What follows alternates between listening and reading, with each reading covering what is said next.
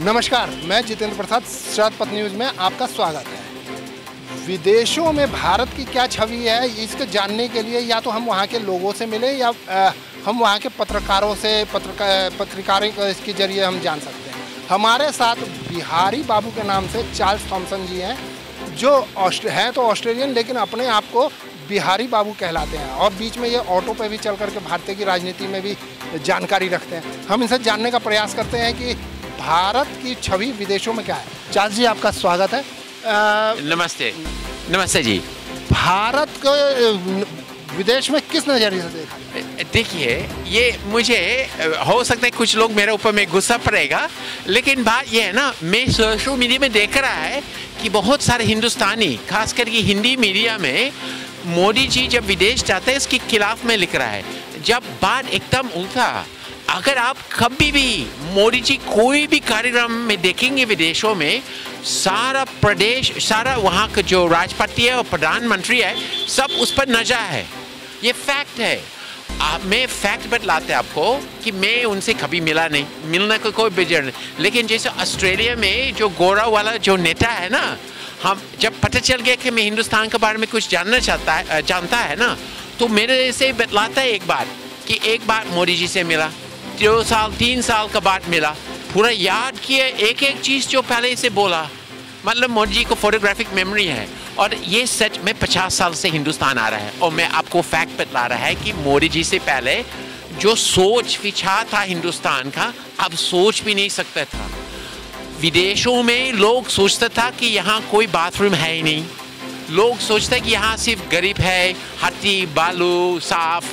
मोदी जी ने उसमें पूरा अच्छा किया। मैं समझ गए कि जो ऑपोजिशन है ना, कुछ तो कुछ खिलाफ में बोलना, लेकिन अभी इस वक्त में पूरा विश्व में एक ही प्रधानमंत्री है जो जहाँ भी जाता है हर एक दूसरा प्रधानमंत्री उनसे मिलना चाहता है, बातचीत करना चाहता है, और जब भी कोई भी सब्जेक्ट पर बात करता है उसको ध्यान से सुनता है। अच्छा, जैसे विदेशों में भारत की छवि जाती थी कि सांप सपेरों का देश है, या और अब जैसे यहाँ पर इसरो ने जो रॉकेट लॉन्च किया है और चंद्रयान गया है, तो तब से और अब के बीच में आपको भारत की संस्कृति में क्या प्रभाव है? नहीं, अभी क्या है ना, मैं एग्जाम्पल देते हैं आपको।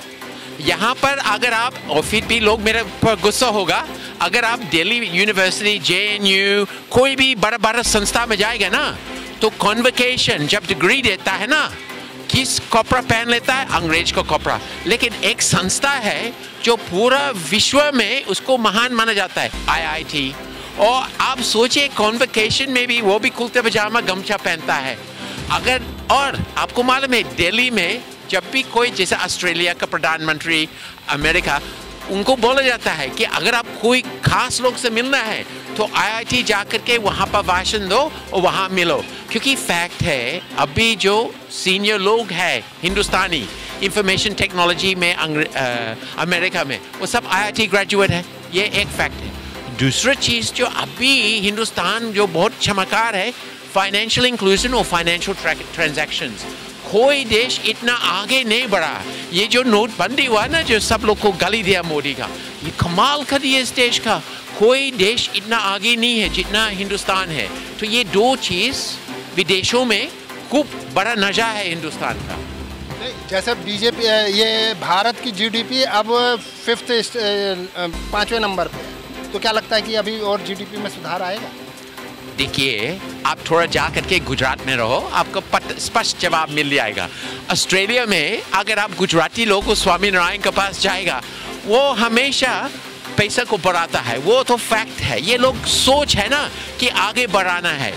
गुजराती लोग आगे इस देश चला रहा है तो 5th, 4th, 3rd, 2nd, 1st तक पहुंच सकता है, वो फैक्ट है। और कोई उसका, मैं जानता है कि लोग थोड़ा नाराज रहता है गुजराती लोग से, लेकिन ये फैक्ट है कि बिजनेस में उनको आप खेल नहीं सकता है। बहुत मस्त बिजनेस कराता है और ये लोग भी सनातन धर्म के साथ बहुत अच्छा रह जाता है, तो इसलिए उन लोग ज़्यादा खर्च नहीं करता है और ये लोग थोड़ा सा ठीक से रह जाता है। आपका समय देने के लिए धन्यवाद। धन्यवाद। ठीक है।